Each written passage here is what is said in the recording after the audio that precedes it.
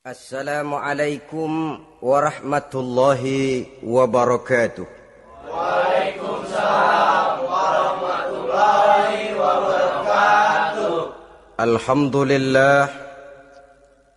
Alhamdulillahillazi anzala al-Qur'an hudan lin-nasi wa bayyinatin minal huda wal furqan.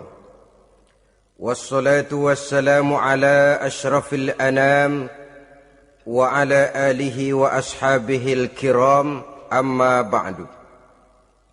Saudara-saudara kaum muslimin rahimakumullah. Setiap penganut agama di dunia ini mempunyai sesuatu kitab yang dianggapnya sebagai kitab suci. Orang Hindu punya kitab Weda. Orang Buddha punya kitab Tripitaka. Yahudi mempunyai Taurat. Nasrani mempunyai Injil. Penganut Konghucu punya kitab Tao Te Ching. Orang Majusi punya kitab Zen Avesta. Orang kebatinan punya kitab Serat Centani, Hidayat Jati, Darmo Gandul, atau Gatoloco. Sementara kita umat Islam oleh Allah diberikan Al-Quranul Karim. Mengapa kita yakini Quran ini sebagai kitab suci? Pertama, ia bebas dari intervensi dan investasi manusiawi. Ia sepenuhnya, baik isi maupun redaksi, adalah produk dari Allah Subhanahu wa ta'ala.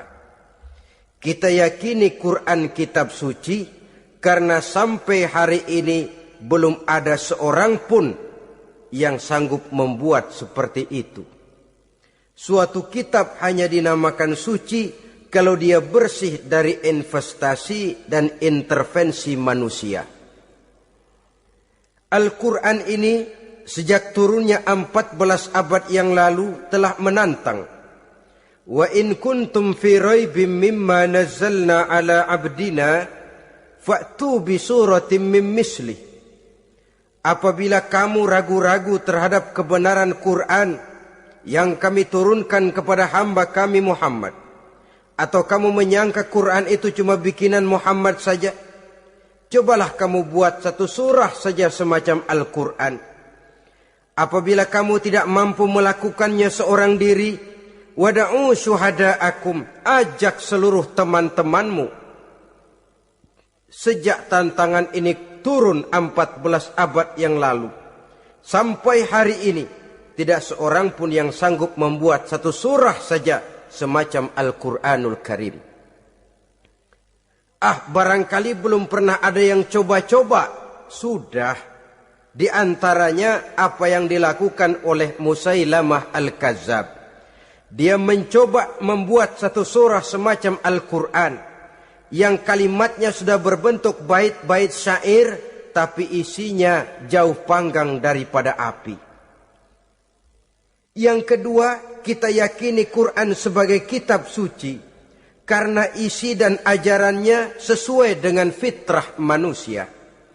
Suatu kitab dinamakan suci kalau ajarannya sejalan dengan fitrah manusia. Misalnya, manusia secara fitrah, kalau dia laki-laki, normal nafsu kepada perempuan, itu fitrah. Perempuan suka kepada laki-laki, itu fitrah.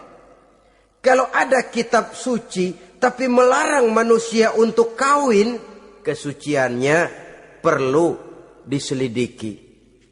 Quran kitab suci sejalan dengan fitrah manusia, maka ia menganjurkan manusia yang mampu untuk melangsungkan perkawinan. Contoh lain, secara fitrah manusia perlu makan. Kalau ada kitab suci yang melarang manusia puasa saja siang malam terus menerus, itu kan sama juga nyuruh orang mati. Quran sesuai dengan fitrah manusia, maka dalam Islam puasa wisol, puasa ngableng apa itu istilahnya, puasa nyambung, Dari pagi sampai sore, sampai malam, sampai pagi lagi puasa terus. Bukan saja tidak boleh, malah haram hukumnya. Kenapa? Itu bertentangan dengan fitrah manusia. Yang ketiga, kita yakini Quran sebagai kitab suci karena isinya tidak kontroversial. Isinya tidak saling bertentangan satu sama lain. Di ayat manapun Quran mengajarkan Allah itu Esa. Satu kali dia berkata haram, dia akan tetap berkata haram. Isinya tidak kontroversial. Sebab kalau ada kitab suci, di satu pihak mengajarkan Tuhan Esa, di lain ayat mengajarkan Tuhan 3, di lain ayat lagi mengajarkan Tuhan 4, kitab kacau namanya. Bagaimana suatu kitab bernama suci kalau isinya kontroversial satu dengan lainnya? Dari 3 kriteria inilah kita yakini Quran sebagai kitab suci. Masalah yang akan kita bicarakan pada pertemuan kita kali ini, bagaimana sikap kita terhadap Al-Quranul Karim sebagai kitab suci. Berangkat dari sebuah hadis di mana Rasulullah sallallahu alaihi wasallam pernah memberikan tawaran.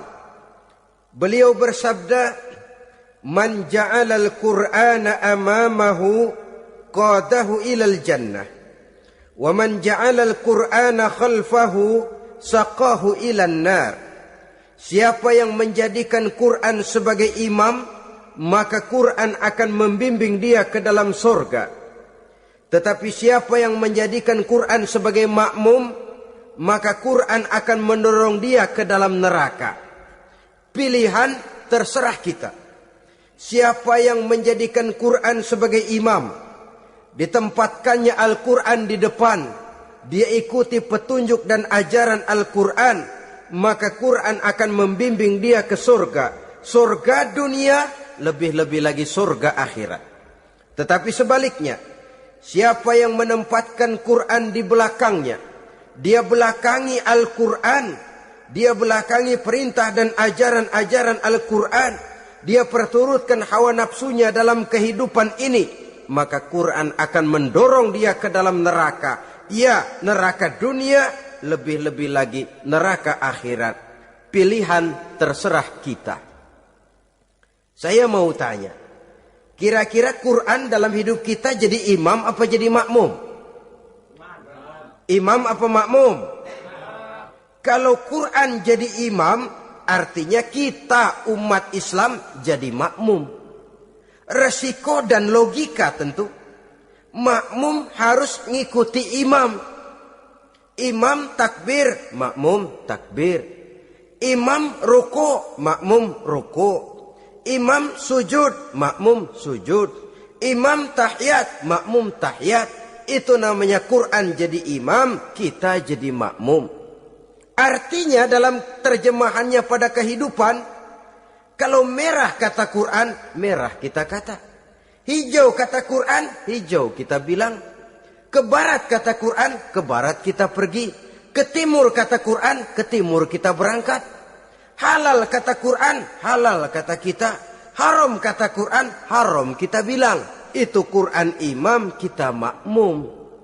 Nyatanya kadang-kadang kontras. Nyatanya kadang-kadang paradok. Merah kata Quran, hijau dong kata kita. Halal kata Quran, remeng-remeng kata kita. Ke barat kata Quran, ke timur kita pergi. Dalam praktek kita mau jadi makmum, Quran kita suruh jadi imam. Kita sesuaikan Quran dengan selera kita. Mana-mana ayat yang menguntungkan, mana ayat yang sesuai dengan mau kita, itu yang kita baca kuat-kuat. Itu yang kita canangkan ke tengah masyarakat ramai. Tapi manakala Quran itu bertentangan dengan nafsu kita, bertentangan dengan gaya dan kepribadian kita, kita umpetin itu Quran. Kalau kita cuma umpetin lumayan, kadang-kadang kita tuduh Quran ketinggalan zaman. Kita anggap Quran tidak relevan lagi dengan situasi dan kondisi. Kalau sudah begitu, sudah menyeberang terlalu jauh namanya. Saudara-saudara kaum muslimin rahimakumullah. Inilah makna hadis Nabi yang diriwayatkan dari Imam Ali bin Abi Thalib, bersabda Rasul, "Man qara'al Qur'ana fastazharahu fa ahalla halalahu wa harrama haramahu adkhalahul jannah." Barang siapa yang membaca Al-Quran lalu memperhatikannya, kemudian menghalalkan yang halal dan mengharamkan yang haram, maka Allah akan memasukkan orang itu ke dalam surga, ya surga dunia, ya surga akhirat. Apabila kita renungi hadis ini, maka untuk berimam kepada Al-Quran ada 3 jalan utama yang harus kita laksanakan. Pertama, dari kalimat man qara'al Qur'an, barang siapa yang membaca Al-Quran. Ini artinya siapa yang ingin menjadikan Quran sebagai imam di dalam kehidupan, jalan pertama yang harus ditempuhnya menanamkan kegemaran membaca Al-Quranul Karim. Al-Quran gharibun fima baina qaumin la yaqra'una. Quran akan jadi asing, Quran akan jadi aneh kalau terletak di tengah rumah orang Islam yang tidak suka membaca Al-Quranul Karim. Jadi langkah pertama, tanamkan kegemaran membaca Al-Quran. Saya tidak menyalahkan kalau remaja kita gandrung kepada Stevie Wonder. Baik kalau mereka senang kepada suara emasnya Michael Jackson atau suaranya Madonna. Tapi kalau sampai harus mengalahkan kecintaan mereka kepada membaca Al-Quran, ini ironi. Sebagai orang tua, kalau anak-anak kita buta huruf Latin, katanya menghambat pembangunan. Bahkan pemerintah saja menggalakkan bebas 3B itu. Buta aksara diantaranya, supaya rakyat bisa membaca huruf Latin. Kalau anak-anak kita buta huruf Latin, katanya menghambat pembangunan. Bagaimana kalau anak-anak kita buta huruf Quran? Jelas saja menghambat proses kesadaran dan kebangkitan dari dunia Islam itu sendiri. Satu contoh ringan. Dulu sebelum pembangunan merata, listrik belum lagi masuk desa, kampung gelap, rumah pakai lampu minyak. Kalau kita masuk kampung, terasa banyak orang Islam. Kenapa? Di rumah sebelah sana kita dengar anak muda sedang latihan baca rawi. Sebelah sini ibu-ibu sedang selawatan. Di rumah sana remaja sedang baca Quran. Pembangunan maju, listrik masuk desa. Alhamdulillah. Tapi apa yang kemudian terjadi? Proses pergeseran nilai. Setelah listrik masuk desa, radio main kenceng-kencengan, televisi main gede-gedean, baca Quran sudah barang aneh, langka. Tengoklah sekarang kalau kita masuk kampung, ada yang remaja sedang baca Quran, rasanya kok aneh, nggak umum. Sesuatu yang baik malah menjadi nilai-nilai keanehan. Saudara-saudara kaum muslimin rahimakumullah, tanamkan kegemaran membaca. Dalam satu hadis Nabi pesan, nawiru buyutakum bitilawatil Quran, sinari rumah tanggamu dengan bacaan Quran. Sebab listrik ini cuma bisa menerangi gelap, tapi tidak akan sanggup menerangi hati manusia. Quran produk Allah, dibaca dalam segala keadaan, tepat dan pantas. Lihat saja, orang sedih baca Quran, terhibur. Orang gembira baca Quran, tidak lupa diri. Di rumah mewah ada yang baca Quran, bagus. Di gubuk reot di pinggir kali ada yang baca Quran, cocok. Orang kawin dibacakan Quran, bagus. Orang mati dibacakan Quran, tidak jelek. Dalam segala keadaan, in all season, bahasa kerennya, dia pantas dibaca. Saudara-saudara, bahkan orang sakit gigi pun kalau dengar baca Quran tidak marah. Coba lihat. Dia senang benar lagu Michael Jackson, tapi giliran sakit gigi, coba setelin lagu Michael Jackson kalau nggak mencah-mencah. Kamu gila apa nggak tahu saya lagi sakit gigi, tapi coba bacakan Quran. Dia pasti tidak marah. Begitu besar daya pengaruhnya. Bahkan Abu Jahal sama Abu Lahab pernah rapat. Kata Abu Jahal sama Abu Lahab, Mas Lahab, gini loh mas. Kenapa? Ini saya pikir-pikir salah satu yang menyebabkan kenapa saudara kita banyak ikut ajaran Muhammad. Mereka kalau sudah dengar bacaan Quran terpesona. Jadi kita blokir saja. Caranya gimana? Kasih pengumuman kepada Quraisy, jangan sekali-kali mau dengerin Muhammad baca Quran. Kamu juga jangan. Dan kamu, saya pun begitu. Mari kita janji, tidak mau dengar bacaan Quran. Salaman, pulang ke rumah masing-masing. Dapat 1 hari tahan, 2 hari bertahan, 3 hari, seminggu ke atas. Abu Jahal mulai ada semacam rindu. Kangen pengen dengar ayat Quran. Karena secara pribadi dia mengakui keindahan gaya bahasanya jauh lebih tinggi dari kemampuan penyair Quraisy. Isi ajarannya sangat dalam dan menyentuh segi-segi kehidupan manusia. Gak tahan Abu Jahal kayak dikilikin hatinya. Keluar rumah mindik-mindik, ngumpet-ngumpet. Ngempet di rumah Nabi. Pengen dengar Nabi baca Quran. Rupanya Abu Lahab sama. Pikir Abu Jahal, Abu Lahab gak bakalan keluar. Abu Lahab berpikir, Jahal pasti di rumah.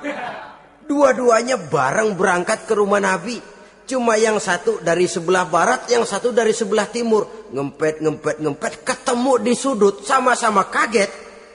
Jahal, loh kamu Lahab? Iya, kamu ngapain? Lah kamu ngapain? Akhirnya sama-sama malu. Sama-sama tidak bisa menahan diri. Akhirnya sama-sama ngakuin. Bagaimanapun kita harus akui bahwa Al-Quran ini mengandung daya pesona yang sangat luar biasa. Itu dari segi bacaan. Belum lagi dari segi ajaran. Belum lagi dari segi isi. Tanamkan kegemaran membaca Al-Quran. Sampai-sampai Nabi katakan, Innallazi laisa fi jawfihi syai'um minal Quran kal baitil kharib. Orang yang dari tenggorokannya belum pernah keluar ayat Quran barang sepotong pun, belum pernah ngaji barang seayat pun, itu orang kata Nabi kal baitil kharib, kayak rumah kosong. Rumah kan kalau kosong biar bagus, mewah, besar, perabotannya lengkap. Kalau kosong angker. Setan kuntilanak memedi betah benar di situ. Saudara-saudara kaum muslimin rahimakumullah. Dalam satu percontohan Nabi mengatakan begini. Masalul mu'minil lazi yakra'ul Qur'an kamasalil utrujah. Rihuha tayyibun wa ta'muha tayyibun. Orang mukmin yang suka membaca Quran adalah ibarat buah utrujah. Baunya wangi, rasanya lezat. Kira-kira kalau di negeri kita buah apa utrujah itu? Semacam jeruk yang manis lah. Sudah baunya wangi, rasanya enak. Itu buah itu. Orang mukmin yang suka baca Quran kayak buah itu. Baunya wangi, rasanya enak. Artinya syiarnya hidup, isinya memang orang mukmin. Sebaliknya, wa masalul mu'minil lazi la yaqra'ul Qur'an kamasalit tamrah la riha laha wa ta'muha hulwun. Orang mukmin yang tidak suka baca Quran kayak korma. Rasanya emang manis, cuman kagak ada baunya. Artinya apa? Syiarnya kurang. Kalau orang belum tapi kenal kan kagak mau makan korma. Kenapa? Nggak ada baunya. Daya tariknya kurang walaupun rasanya enak. Kalau daya tariknya nggak ada, kan nggak ada iklannya, tidak ada syiarnya. Itu orang mukmin yang tidak suka membaca Quran. Ibarat buah, nggak ada baunya walaupun rasanya enak. Orang kurang tergerak. Kurang syiar, kurang daya tarik. Sebaliknya, wa masalul munafiq allazi yaqra'ul Qur'an kamasalir raihanah rihuha thayyibun wa ta'muha murrun. Orang munafik yang suka baca Quran seperti buah raihanah. Apa itu? Baunya wangi, rasanya pahit.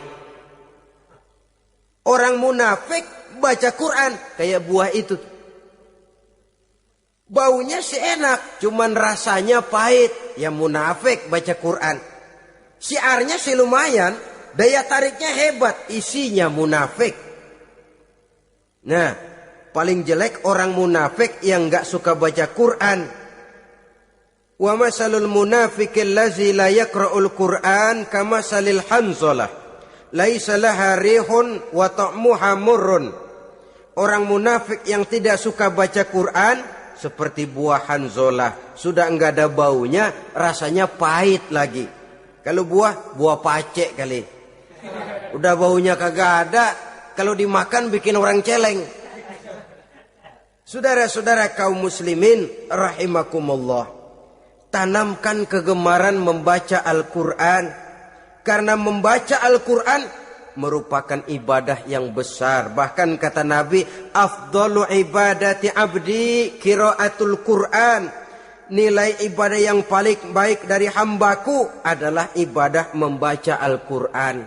Dalam solat pahalanya lebih besar di luar solat daripada di luar solat.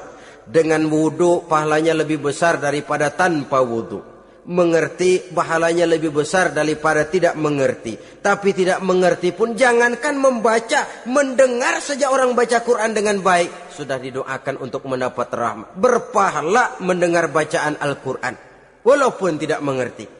Apalagi membaca sendiri, apalagi mengerti apa yang kita baca, tentu pahala itu akan jauh lebih besar.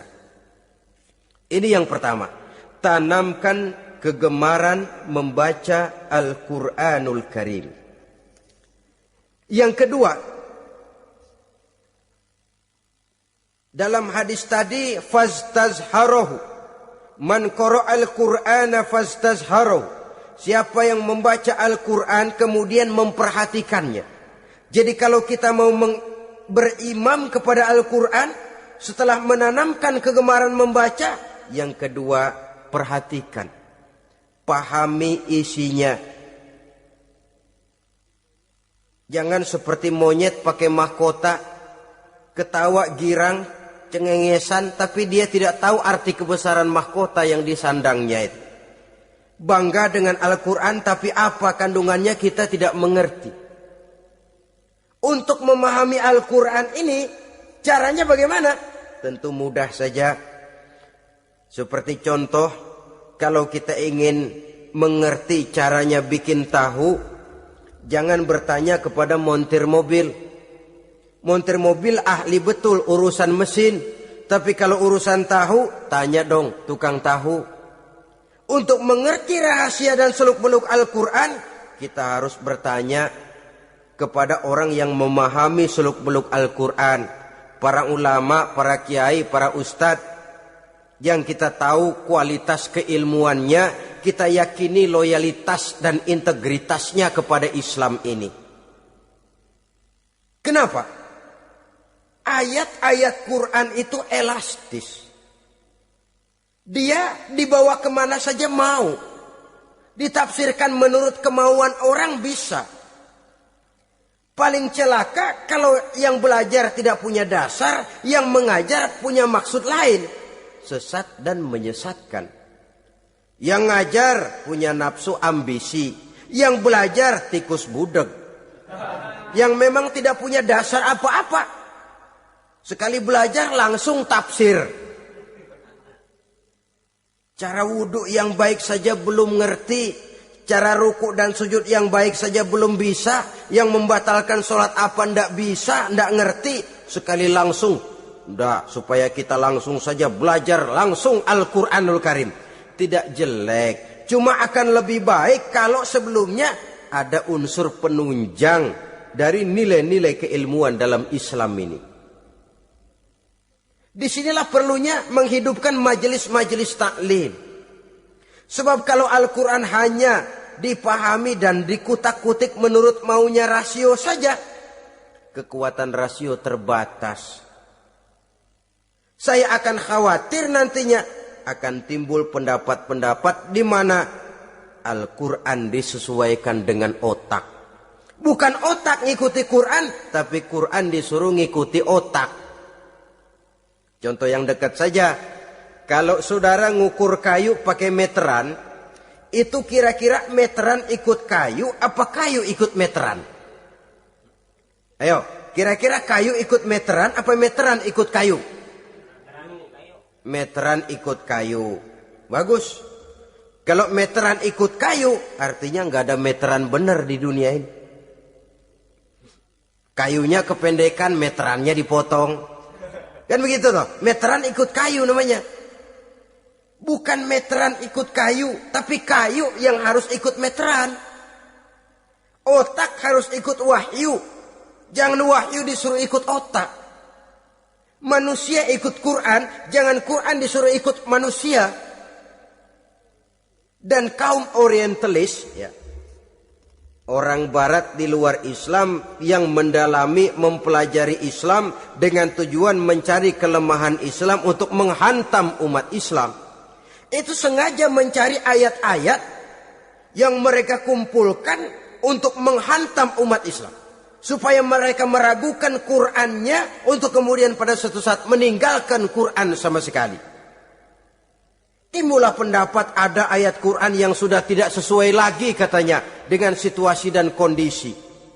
Seolah-olah otak manusia sudah jauh lebih pintar daripada Al-Quranul Karim. Saudara-saudara kaum muslimin rahimakumullah. Inilah yang kita berlindung dari Allah. Sebab secara demikian dengan kata lain kita secara tidak sadar sudah mengurangi kemahamutlakan dan kesempurnaan dari Allah Subhanahu wa ta'ala. Untuk memahami Al-Quran, maka kita harus bertanya kepada ahlinya, mengaji, menghidupkan majelis-majelis taklim. Jangan sampai Al-Quran menjadi awam di tengah masyarakat Islam sendiri. Ini jalan yang kedua, memahami isinya. Sehingga dengan demikian, manakala Al-Quran dibacakan orang, pemikiran kita tidak lagi terpusat kepada kemerduan suara orang yang membaca, tapi tertuju kepada isi yang dikandungnya. Sehingga dalam kondisi semacam itu, boleh jadi tiap kali dibacakan Al-Quran, nilai iman makin tambah. Kita dengar orang baca, Alam taro kaifa fa'ala rabbuka bi ashabil fil.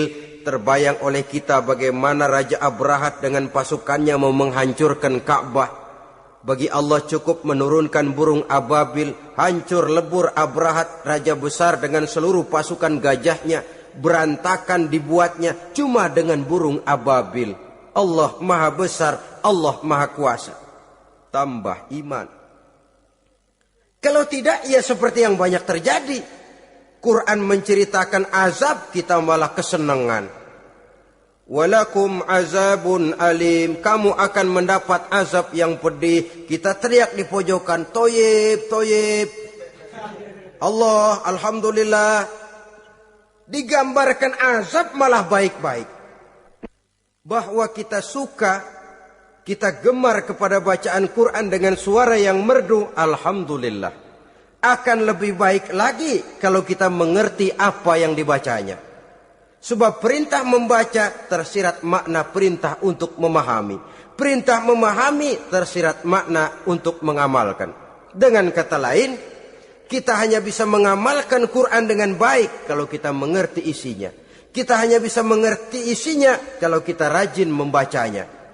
Baik membaca yang tersirat, baik membaca yang tersurat dengan petunjuk para alim ulama, para kiai, dan orang-orang yang ahli di bidang itu. Saudara-saudara kaum muslimin rahimakumullah. Inilah jalan kedua. Upayakan memahami isinya. Hidupkan kajian-kajian agama. Hidupkan majelis-majelis taklim. Jangan sampai Al-Quran asing di hati kita sendiri. Jangan sampai kita awam terhadap makna kandungan dan ajaran Al-Quran. Sementara kita yakini bahwa dialah yang akan bisa membimbing kita menuju kebahagiaan sejak dari dunia sampai ke akhirat nanti. Jalan ketiga untuk berimam kepada Al-Quran, setelah menanamkan kegemaran membaca, lalu berupaya memahami isinya, yang ketiga adalah mengamalkannya dalam kehidupan sesuai dengan kemampuan yang kita miliki. Quran tidak akan membawa berkah Kalau ajaran yang terkandung di dalamnya kita baca, tapi kemudian kita injak-injak dalam praktek kehidupan.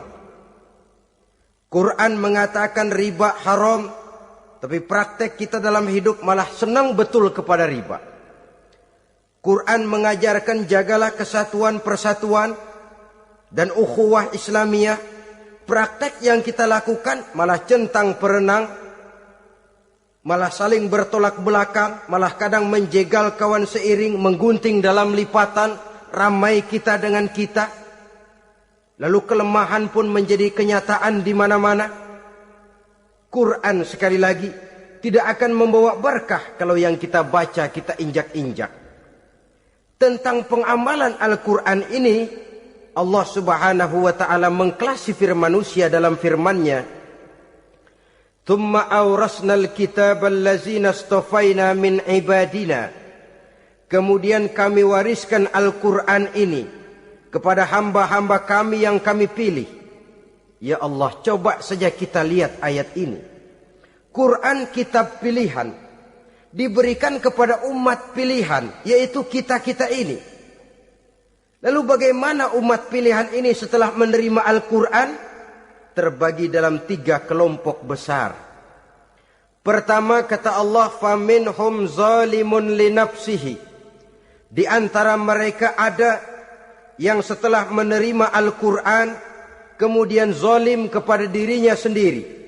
Artinya hanya mulutnya saja yang menerima Al-Quran, tapi perbuatannya menginjak-injak Al-Quran.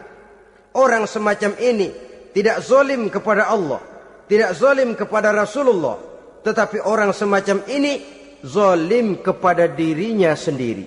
Dia terima Quran dengan mulutnya, tapi dia injak-injak Quran dengan perbuatannya. Na'udzubillah summa na'udzubillah. Kelompok yang kedua, faminhum muqtasid. Di antara mereka ada yang setelah menerima Al-Quran lalu muqtasid. Muqtasid ini 50-50. Ngambil jalan tengah. Ajaran Quran dipakai, ajaran setan dikerjain. Artinya juga perintah Quran oke, larangan Quran heeh. Saudara-saudara, malaikat bingung bagaimana montennya nih anak ini. Perintah Quran dikerjain, larangan Quran juga dikerjain. Ini muqtasid. Nah, yang ideal adalah golongan yang ketiga kata Allah, wa minhum sabiqun bil khairati biiznillah. Di antara mereka ada lagi yang setelah menerima Al-Quran lalu berlomba-lomba melaksanakannya, berlomba-lomba mengamalkan kebaikan, dan itu hanya bisa terjadi biiznillah, dengan izin dari Allah. Hidayah, saudara-saudara. Berapa banyak orang yang mengerti Quran tapi hidupnya jauh dari cahaya Quran. Berapa banyak orang yang ahli Quran tapi cahaya Quran tidak menerangi kehidupannya. Berapa banyak orang yang ahli hukum tapi bikin bingung masyarakat dengan fatwanya. Saudara-saudara kaum muslimin, kenapa bisa terjadi? Itu tidak ada hidayah, tidak biiznillah, tidak ada izin dari Allah. Maka bisa membaca Quran, alhamdulillah. Bisa memahaminya, kita bersyukur kehadirat Allah. Lebih penting dari itu, kita mohon hidayah agar bisa mengamalkannya sesuai dengan kemampuan kita. Saudara-saudara kaum muslimin rahimakumullah. Mana yang lebih banyak di zaman kita sekarang ini? Kita bisa analisa. Ada yang menerima Quran hanya dengan mulutnya saja. Kalau ditanya, Tuhanmu siapa? Allah. Kiblatmu mana? Ka'bah. Saudaramu siapa? Umat Islam. Kitab sucimu apa? Quran. Kamu bisa baca? Enggak. Ya, kalau cuma tidak bisa baca, barangkali kadang-kadang Quran saja pun tidak punya. Ini yang ironi, ini yang menyedihkan. Saudara-saudara kaum muslimin rahimakumullah. Tanpa melaksanakan konsepsi Al-Quran di dalam kehidupan, maka kesenangan kita membacanya, pengertian kita tentang Al-Quran barangkali tidak akan bisa berbuat terlalu banyak di dalam kehidupan. Maka sekarang ini sudah ada terjemahan Quran dalam bahasa Indonesia, dalam bahasa daerah, dalam bahasa Inggris, Belanda, bahkan Jerman, yang masih harus terus dan selalu ditingkatkan terjemahan Quran di dalam kehidupan. Dengan kata lain, kita umat Islam menunggal dengan Quran kita. Jangan cuma jadi kebanggaan Islam tinggi, tidak ada yang lebih tinggi dari Islam. Quran kitab suci, tidak ada yang bisa menandinginya. Qurannya, tapi umatnya, kadang-kadang kita ini jauh panggang daripada api. Kita bersyukur musabaqah tilawatil Quran dihidupkan dengan biaya bermiliar rupiah. Sejak dari tingkat kelurahan, kecamatan, wali kota, provinsi, sampai kepada tingkat nasional. Untuk menanamkan kegemaran membaca Quran. Setelah itu hendaknya diadakan peningkatan dengan upaya memahaminya. Sehingga pada suatu saat boleh kita adakan musabaqah pengamalan Quran. Hadiahnya sudah langsung dari Allah sendiri. Ini yang kita perlu berlomba. Berlomba mengamalkan ajaran Quran. Sabiqun bil khairat. Berlomba mengamalkan ajaran-ajaran Al-Quranul Karim.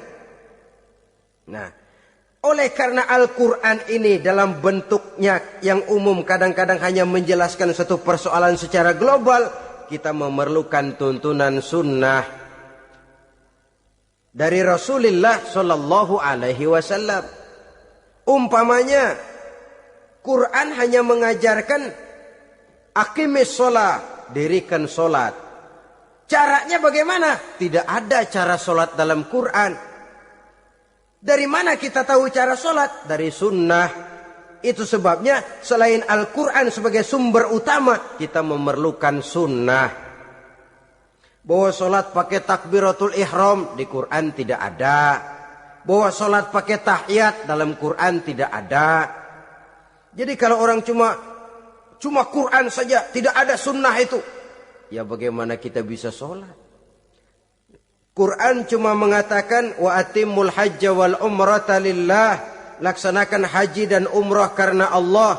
Bagaimana manasik haji? Bagaimana cara sa'i? Bagaimana cara wukuf? Bagaimana cara melontar? Tidak ada dalam Quran. Yang memuat itu tidak lain sunnah. Untuk memahami Quran dan sunnah ini, kita memerlukan orang yang menguasai Quran dan sunnah. Oleh karena itu kita perlu petunjuk kepada para ulama. Itu sebabnya Quran sendiri mengatakan, wa in tanaza'tum fi syai'in farudduhu ilallahi wa rasulih. Apabila kamu berbeda pendapat tentang suatu persoalan, kembalikan kepada Allah dan Rasulnya. Kembalikan kepada Allah artinya kembalikan kepada Quran. Kembalikan kepada Rasul maksudnya kembalikan kepada sunnah. Siapa yang mengerti Quran dan sunnah? Para ulama yang kualitas ilmunya kita yakini, loyalitas dan kredibilitas serta integritas keislamannya bisa menjadi panutan. Saudara-saudara kaum muslimin rahimakumullah. Dengan demikian, kalau orang berkata langsung saja memahami Quran, sekarang kan sudah banyak terjemahannya, tidak usah lewat ulama-ulamaan. Saya tidak mencela, cuma agak mengkhawatirkan. Kalau dia memahami Quran cuma sekedar lewat terjemahannya saja, sangat mungkin jadi dia bisa salah paham. Kita memerlukan bantuan sunnah, kita memerlukan petunjuk para ulama yang menguasai di bidang itu. Kembalikan kepada Quran dan sunnah, artinya bertanya kepada orang yang memahami Quran dan sunnah. Loh, dengan begitu kan akan terjadi perbedaan pendapat. Perbedaan pendapat sesuatu yang halal sepanjang tidak menyebabkan kita berpecah belah. Halal berbeda pendapat. Asal diletakkan pada proporsinya. Apalagi kalau perbedaan pendapat itu cuma masalah teknis, bukan masalah prinsip. Kenapa tidak pulang saja kepada tuntunan Quran? Lana a'maluna walakum a'malukum. Kami akan mengamalkan amalan yang kami yakini benarnya. saudara persilahkan mengamalkan amalan yang saudara yakini benarnya. Sama-sama punya alasan, sama-sama punya dalil. Tidak usah saling menyalahkan. Tidak usah saling mengklaim, merasa yang paling benar, orang lain salah semua. Kemukakan argumen, jangan sentimen. Harus dengan semangat mencari kebenaran, bukan untuk mencapai kemenangan. Kalau sentimen lebih penting dari argumen, kalau kemenangan lebih diutamakan dari mencari kebenaran, yang berlaku kadang-kadang gengsi. Kalau sudah gengsi, yang bicara emosi. Kalau sudah emosi, istilah kita di kampung, ngambek. Gedean ilmunya sama ambeknya. Kadang-kadang, dah saya kalau nggak jadi imam nggak mau sembahyang di situ. Kalau nggak jadi imam, orang lain dianggapnya kagak sah sembahyangnya. Wah, pokoknya kalau nggak ngaji sama saya Islamnya kurang bener.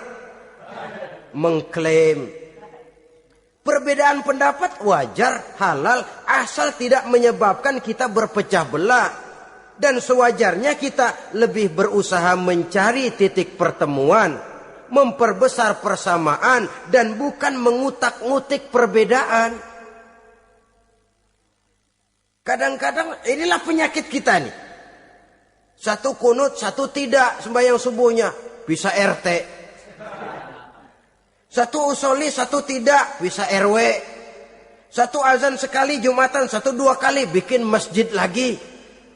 Kenapa bukan persamaannya yang dicari? Kenapa justru perbedaannya yang diperbesar? Yang masalah macam ini sampai kiamat tidak pernah selesai. Kan lebih baik kalau kita ditanya orang, Pak, sholat subuh itu pakai kunut apa tidak sih? Kalau saya pakai. Kalau yang tidak pakai kunut bagaimana Pak? Betul, kata yang tidak pakai. Jadi yang pakai kunut betul. Betul, karena saya pakai kunut. Yang tidak juga betul. Betul, kata yang tidak pakai. Kalau yang kunut betul, yang tidak kunut betul. Lalu yang salah yang mana Pak? Yang salah yang subuh nggak sembahyang. Lebih objektif, proyek garapannya ada, umat tidak berpecah belah. Ini yang konyol, kadang-kadang khutbah Jumat pakai membongkar khilafiyah, menghantam tahlil, menghantam kunut. Selesai sembahyang Jumat, apa yang terjadi? Umat resah, masyarakat gelisah, polemik timbul, masalah tidak terselesaikan. Orang jadi khotib itu raja dalam mimbar Jumat, siapa yang mau bantah dia? Kalau memang mau buka itu persoalan khilafiyah, buka dalam forum khusus. Adakan pengajian, jelaskan masalahnya secara luas, mendasar. Jangan mengklaim dan memponis. Berikan kebebasan kepada umat untuk menilai. Masalahnya selesai, yang tidak puas bisa bertanya. Saudara-saudara, sudah lewat masanya kita meributkan soal itu. Sudah datang waktunya di mana kita lebih mementingkan dan membicarakan masalah-masalah yang lebih mendesak dihadapi oleh umat. Kemiskinan misalnya, kebodohan misalnya, keterbelakangan umpamanya, peluang untuk mendapatkan pendidikan yang layak bagi anak-anak kita yang berotak cerdas tapi tidak punya kemampuan ekonomi umpamanya. Itu akan lebih objektif ketimbang kita membicarakan masalah-masalah yang sampai kiamat tidak akan pernah selesai. Yang hanya akan menyebabkan kita menjadi lemah, persatuan koyak, solidaritas sosial lalu menurun, saling curiga menjadi tumbuh karenanya, dan pada akhirnya kita tidak akan pernah bisa berbuat banyak. Untung kalau tidak menjadi tertawaan bagi orang yang berdiri di luar pagar. Saudara-saudara kaum muslimin rahimakumullah. Sekali lagi, Al-Quran tidak akan membawa berkah kalau yang kita baca kita injak-injak. Oleh karenanya, untuk berimam kepada Quran ini, sekali lagi pertama, tanamkan kegemaran membaca. Yang kedua, upayakan memahami isinya melalui bimbingan orang yang ahli bidang itu. Yang ketiga, amalkan sesuai dengan kemampuan. Sebab itu ada prinsip, kalau isi suatu hadis nampaknya bertentangan dengan otak, kesohihan hadis itu boleh diperiksa. Tapi kalau ayat Quran nampaknya bertentangan dengan otak, otaknya yang harus diperiksa. Jangan Qurannya lalu disesuaikan dengan otak. Sebab kalau kita sudah berani berteori, ada ayat Quran yang tidak sesuai dengan keadaan. Ayat yang mana? Yang ini. Tahun depan tambah lagi. Tahun depan tambah lagi. Makin lama makin habis Al-Quran itu. Yang perlu diperbarui cara kita memahami Quran. Bukan dengan mengemukakan teori ayat Quran kehilangan relevansi. Cara kita memahami barangkali yang kurang relevan. Dalam situasi, dalam konteksnya dengan situasi dan kondisi. Jangan lupa, Al-Quran ini kan untuk semua umur. Dia bisa dipahami secara filosofis, dia bisa dipahami dengan kacamata orang awam. Tingkat kemampuan berpikir orang tidak semuanya sama. Kalau semua orang kita mau ajak berfilsafat, merenung dalam-dalam, menerawang tinggi-tinggi, ialah buat mereka yang terjangkau oleh perguruan tinggi. Tapi buat saudara-saudara kita, pedagang-pedagang kecil, petani di desa-desa terpencil, remaja-remaja yang jauh dari sentuhan teknologi canggih, sanggupkah mereka berpikir filosofis? Sementara mereka merupakan bagian terbesar dari kondisi umat ini. Saudara-saudara kaum muslimin, oleh karenanya ditentang membaca, memahami dan mengamalkan. Rasulullah Shallallahu Alaihi Wasallam pernah memberikan sugesti. Beliau bersabda, "In aradtum aisas su'ada, apabila kamu menginginkan kehidupan yang bahagia, hidup seperti hidupnya orang-orang yang bahagia, dan tentu ini keinginan kita semua, wa mautas syuhada, dan menginginkan mati sebagai matinya para syuhada, para pahlawan pembela agama, orang yang mati syahid." Wah, ini sudah tidak duanya ini. Hidup mulia, mati syahid. Dapat dua-duanya. Wan najata yaumal hasyri, dan ingin mendapat keselamatan pada hari hasyar, hari pengumpulan manusia di padang mahsyar. Wazilla yaumal harri, dan mendapat perlindungan dari Allah pada hari yang sangat panas. Wal huda minad dhalalah, dan mendapat petunjuk dari kesesatan. Nah, ini keinginan semua orang. Kan yang kita cari apa sih? Hidup bahagia. Biar ndak kaya asal bahagia sudah enak. Lalu apalagi? Matinya sebagai syahid. Kemudian di hari pengumpulan nanti mendapat keselamatan. Lalu pada saat orang lain kepanasan kita mendapat perlindungan. Kemudian orang lain kebingungan kita mendapat petunjuk. Kalau ini yang diinginkan kata Nabi, resepnya fa'adimu qiraatal Quran, maka lazimkan, biasakan olehmu membaca Quran. Tidak ada terlambat. Idealnya memang dari kecil, sebab lidah kalau sudah kaku berat. Disuruh baca innallaha laghaniyun hamid, lidahnya berat. Innallaha lampuniyun hamid, lampuniyun. Laghaniyun jadi lampuniyun. Lidah itu kalau sudah berat ya memang berat. Disuruh baca ya bani Israel, lidahnya berat. Ya bini Siroil gitu. Jadi ya bini Siroil. Saudara-saudara, idealnya memang dibiasakan dari kecil supaya lidah itu ringan. Kalau tidak, tidak ada istilah terlambat. Saya malu pak, belajar alif-alifan udah gede. Ya jangan alif-alifan, alif beneran. Alif-alifan kapan bisanya? Alif beneran yang dipelajari. Tidak ada istilah terlambat, tidak ada istilah malu untuk belajar Al-Quran ini. Saudara-saudara kaum muslimin rahimakumullah. Ini sugesti untuk menanamkan kegemaran membaca. Lalu sugesti untuk memahaminya. Tentu banyak ayat, banyak hadis. Mengapa tidak di antara kamu sekelompok orang yang berangkat untuk memperdalam, memahami agama? Falaula nafaro min kulli firqatin minhum ta'ifatun liyatafaqahu fid din. Di tengah kelompok orang yang berangkat belajar teknologi canggih, di tengah grup orang yang mendalami ekonomi, di tengah kelompok orang yang membidangi hukum, di tengah kelompok orang yang sibuk meneliti ilmu-ilmu kedokteran, mengapa tidak ada kelompok orang yang secara takhasus liyatafaqahu fid din, mendalami agama ini, mendalami Quran ini, harus ada. Lalu sugesti untuk mengamalkan Al-Quran kelihatan dari peringatan Allah yang kita bisa temukan pada surah Toha ayat 124 sampai dengan 127.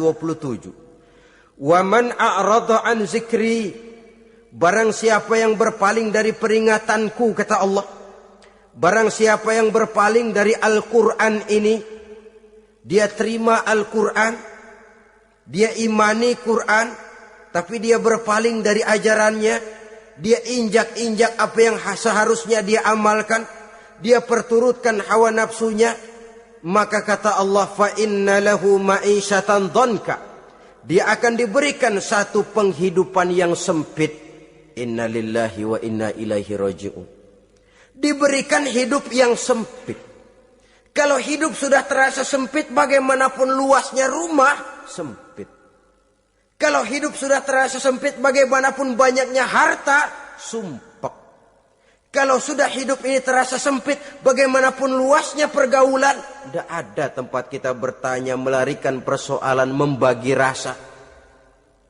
Siapa yang berpaling dari Quran, dia akan diberikan penghidupan yang sempit. Bukan dagangnya tidak untung, bukan kerjanya tidak digaji, tapi kesempitan hati lebih bahaya loh dari kesempitan ekonomi. Itu di dunia. Di akhirat, wa nahsyuruhu yaumal qiyamati a'ma. Di akhirat nanti dia akan dikumpulkan oleh Allah dalam keadaan buta. Ya Allah, ya Rasul. Padahal ke akhirat kita baru tumben. Sekali ke akhirat buta. Masya Allah. Di tempat kita lahir saja, kalau tadinya kita melihat tahu-tahu menjadi buta, kita bingung. Padahal jalan sudah pernah kita lihat, arah sudah pernah kita tahu. Bagaimana di padang mahsyar nanti?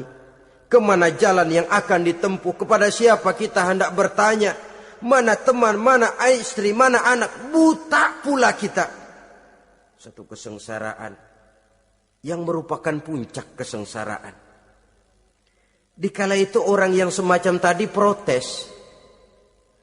Rabbi, lima hasyartani a'ma wa qad kuntu basira. Wahai Allah, kenapa hari ini saya dikumpulkan dalam keadaan buta? Padahal ketika di dunia dulu saya melihat, saya menyaksikan gunung yang menjulang tinggi ke angkasa. Saya melihat lautan yang luas terhampar biru membentang. Saya saksikan tanah, sawah luas menguning. Saya saksikan keindahan alam. Di dunia saya melihat Allah. Kenapa sekarang saya dikumpulkan dalam keadaan begini? Protes dia, tidak terima dia. Allah jawab, kadzalika atatka ayatuna fanasitaha. Kata Allah, begitulah memang. Dahulunya waktu di dunia telah datang ayat-ayat kami kepadamu. Telah turun Al-Quran. Telah datang agama. Fanasitaha. Tapi kamu lupakan dia. Kamu lupakan Quran. Kamu lupakan Islam. Datang ayat, turun Quran, turun agama. Kamu belaga pilon. Kamu belaga enggak tahu. Wa kadzalikal yauma tunsa. Maka hari ini pun begitulah kamu dilupakan. Sebagaimana dulu waktu di dunia, kamu telah melupakan ayat-ayatku, melupakan kitabku, melupakan ajaran-ajaranku. Hari ini kamu pun dilupakan. Seolah-olah Tuhan cuma enggak bilang, mereka protes, Tuhan, kenapa saya buta padahal di dunia saya ngelihat? Kata Tuhan, kalau bahasa kita, lu rasain. Lu sih, kenapa dulu di dunia? Pura-pura enggak lihat. Kenapa waktu di dunia? Pura-pura enggak tahu. Kenapa waktu di dunia? Kamu lupakan Quran. Maka hari ini pun engkau kami lupakan. Wa kadzalikal yauma tunsa. Wa kadzalika najzi man asrafa walam yu'min bi ayati rabbih wal azabul akhirati asaddu wa abqa. Demikianlah kami membalas orang yang berlebih-lebihan, orang yang melampaui batas dan tidak mau beriman kepada ayat-ayat Tuhannya, dan sungguh siksa akhirat itu lebih dahsyat dan lebih kekal. Siksa dunia mungkin kelaparan, kekurangan ekonomi, kekurangan pakaian, tapi berapa hari paling lama seumur manusia? 70 tahun umur kita, ya paling lama begitulah. Tapi siksa akhirat, kesengsaraan akhirat, kesengsaraan neraka, asyaddu wa abqa, lebih dahsyat dan lebih kekal. Di zaman sekarang orang bukan cuma berbuat potong kompas, berpikir pun potong kompas, berpikir pun ngambil jalan pintas. Dia lebih memilih kesenangan yang sedikit dengan mengorbankan kesenangan yang abadi.